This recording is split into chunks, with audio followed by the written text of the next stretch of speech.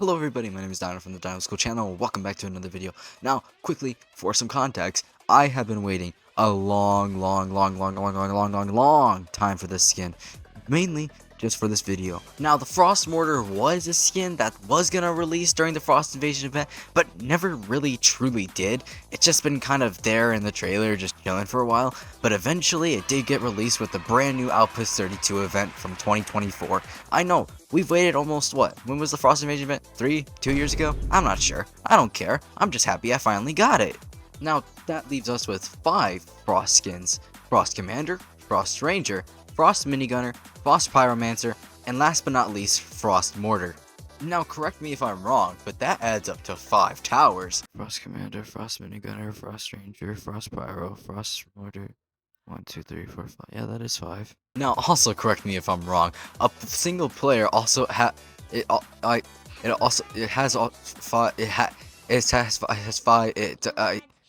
You have 5. You have, if you want, you want. So that's what we're doing today, to see if all the Frost skins can gather up in just one big giant pile of crap, and it just be thrown at different bosses, and we just see if they win, you know. But first, let's talk about the rules.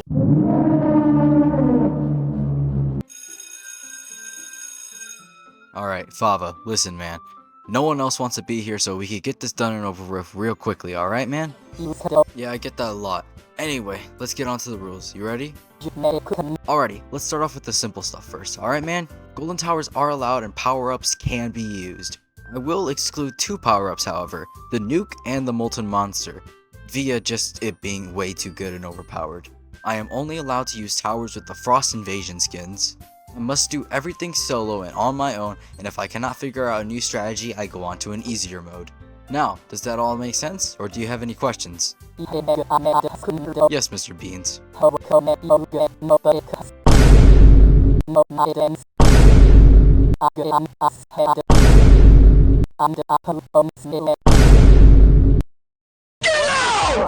Come into my classroom, annoy me with my shift. That's your first match, I guess. For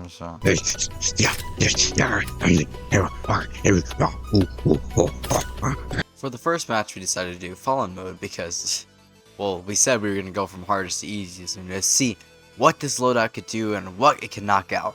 But first, we had to think of a strategy. How do we get early defense if we have no early defense towers? It means we would either have to tank away. That was the plan. This is the plan. We place down 1 pyro, we tank away. So what, big whoop. So now we have a golden pyromancer placed down just for early defense, you know? Nothing too crazy or out of the ordinary. But then what do we do now? All of our towers are pretty expensive, and Commander doesn't dish out any DPS to hopefully help with any of the enemies, so what now? I guess my brain instantly went to Mortar for that extra good range and just the damage it does. Okay, so what now? We placed our Mortar, we have our Pyromancer. The Fallen Squire is going to still pass through. We don't have enough DPS to take care of it because the Mortar's reload speed is just so slow, it can't finish it off like that. So, what is a dino to do? We died. Clearly, we need a better and fresher plan. So it was going to be the exact same thing. Tank the first wave, place a Pyromancer. Instead of instantly relying to Mortar, we decided to do a little bit of strategizing and use some power-ups. The power-ups we did use were a bit wonky. We used the Napalm Strike, Air Strike, and the UAV. But we also used the most important one, the Supply Drop. This will allow us to get 1,000 cash every time we use it. Meaning if we wait out the waves, then we could have more time to get more supply drops, which means we could stack money, which means we could place better towers quicker. I know, it's not really the best strategy, but it's the one I came up with. So we did the exact same thing as last time. We tanked the wave and then placed the Pyromancer and, you know, it just kind of let him cook. But this time, we would wait for the supply drop to reload, and then we would place a golden minigunner. Did this strategy work? Well, of course it did. I'm the best TDS player ever. So now we do have some solid defense, and I must admit, it's working pretty great. So I decided to upgrade the minigunner to level 2 and place a couple more minigunners just in case. But first, I wanted to show you guys how much we absolutely done on this Fallen Squire. How absolutely easy it was, bro. Easy. What were we talking about? Right, TDS. So I decided to start saving up and place more minigunners down. Just, you know, for more single target DPS and more powerful But I don't know. I don't know the words. The words are hard. Words don't come to me naturally. I also placed down a commander, but he's pretty much not important or relevant at all. He's just kind of there. He's just chilling. Now, I did notice that the Fallens were going to come out in like one wave, so I decided to start saving up for a Ranger in case any slipped through. Mainly because Rangers have pretty decent range, I would say. 50 range. And they also do a lot of damage. So in case the minigunners don't have time to rev up and keep shooting at these Fallens, then the Rangers come in and essentially just destroy them. However, I did notice that the breakers were causing a bit of a problem. Minigunners are good, yes, but they're mainly for single target DPS, and think of a single target splitting into more targets. That just makes it a big hodgepodge and pretty hard to defeat. Things were still going my way. Minigunners were shooting as fast as they can, plus I just unlocked Called Arms with Commander, so not only will they shoot faster, but also dish out a lot more DPS than they normally would, which is always a great thing.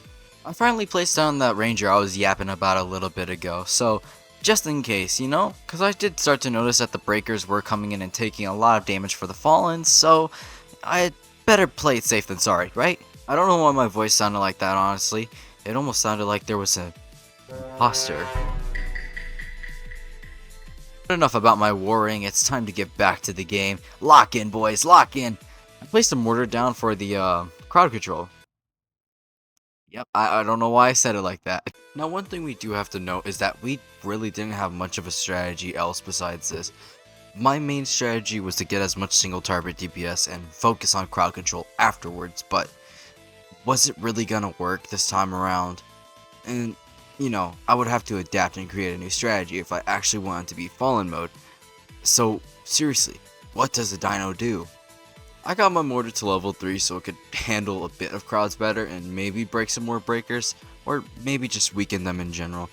But I was also thinking, Pyromancer pierces a lot of enemies, and it could do some steady fire damage. What if we start focusing on him more? The OSU is very sleepy. Sorry you have to hear him like this. So at wave 21 I started focusing on maxing out my Pyromancer so it could break more breakers and hopefully deal with crowds a little bit better than the mortars, since the mortars are a bit unreliable and kind of slow at shooting, but make up with it for the good crowd control and massive damage it does. I'm sorry, I just woke up and I'm too lazy to hide my real voice, so you guys are gonna have to deal with this low voice dino for a little bit until I wake up and make some coffee anyways. I then save up and place another Pyromancer closer to the minigunners just for that extra little burn damage it could chip off any enemy and hopefully weaken some breakers so we don't slip by and, you know, die. Things are going really good so far, and I was really happy by the way this round was turning out. I genuinely felt like we were doing a good job. But then I remembered a little something called a Fallen Jester. Now these guys buff their teammates and make them quicker with different types of buffs, making them either bloated or nimble, or sometimes just have more health, or make them faster, even if it isn't considered bloated or nimble. And we got really close to dying here because of this Fallen Necromancer that got past. The only reason we survived was because of the Ranger and this Pyromancer I placed down. I'm not gonna lie, I was kinda scared, especially wave 31. The reason why I've always been kind of terrified to solo Fallen at all was mainly because of wave 31. Wave 31 has 3 Jesters, a bunch of Fallen Giants, a bunch of enemies, hazmats, corrupt Fallens, whatever. It's a big hodgepodge, and I just knew I was in for a treat once Wave 31 came out. But like some great TDS player said, we worry about Wave 31 when Wave 31 comes out. I made that up, no one said that. But seriously though, this game was a pretty great run so far. Like, not only did we have a commander, but we also had literally 6 level 2 minigunners. That is amazing. But now we're working on getting a level 3 minigunner. Not because it basically doubles its own value, but just because it does a lot more damage than any other minigunner level. And so far, in my opinion, level 3 is the best value for the golden minigunner. But who cares about a level 3 minigunner when this fucking Hulk is coming down with 4,000 health? In what way should this ever have 4,000 health?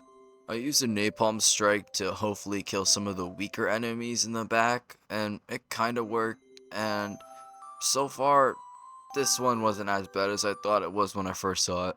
Sure, I was completely calm and collective when this guy came out. No, seriously, I didn't make a sound. I really don't know what happened. I mean, I guess I just kind of forgot to record live audio for this, but it's fine. I recorded the first round anyway, but then after that I just kind of turned off my microphone for some reason. It's a long story. I really don't know how it happened. And after all that, I guess I just decided to start getting level 3 minigunners, mainly because the single target DPS I need for later waves is out of my control, but I hope that I could do better anyway. Also, I got a logbook, I guess. After getting every minigunner I had to level 3, I started placing down some more rangers. Hi, normal dino voice again. Anyway, I started placing down some more rangers and leveling them to level 2, because 100 damage a shot is pretty decent. Also, sorry not sorry for giving you a warning about my voice. Yeah, anyway. Like the strat said, I'm just gonna place more rangers down and hopefully deal a lot more damage. And the Fallen Shield came out, which was also kind of scary for me, but meh, whatever. It's just another enemy. Just another little bug in my way. You know how it is. Also, I did find a little something out. As soon as that yellow part, which is considered a shield for some reason, even though it's whatever, as soon as it runs out, it will start dashing forward at high rates. I'm talking like a speedy, at least. And honestly, rangers did help a lot to actually clear the sky, because it did actually tank all of my minigunners for some reason. The next Fallen Shield actually died before it could leave the range of all my minigunners, meaning that I had gotten stronger. It still doesn't help the fact that this fallen hero got by without any consequences or prior knowledge of me noticing, so I hired Sniper Team 6 to kill it. After Ranger number 1 barely missed him and grabbed his ear, the other 3 snipers took care of him pretty easily. Now, it was also a good time that I decided to start chaining commanders, because commander chaining is pretty hard to nail down if you don't have good timing, but luckily for me, I play a lot of Lucille. Things were going oh so swell that we even killed this fallen tank pretty easily without too much of a problem actually. I mean, it kind of made it halfway through our minigunner, but you know, it's nothing much. Can I also say how much the fallen tank's death just makes me laugh? How he's just running so fast, so confident in himself, and then he trips over his own fucking body, dude. That's hilarious. I love that death, dude. But the Plants vs. Zombies peanut allergy death takes the cake for me, honestly. Best zombie death. And now it was time for the dreaded Wave 31. I got this. I had this in the bag. Rangers, DPS, everything. I had everything going for me.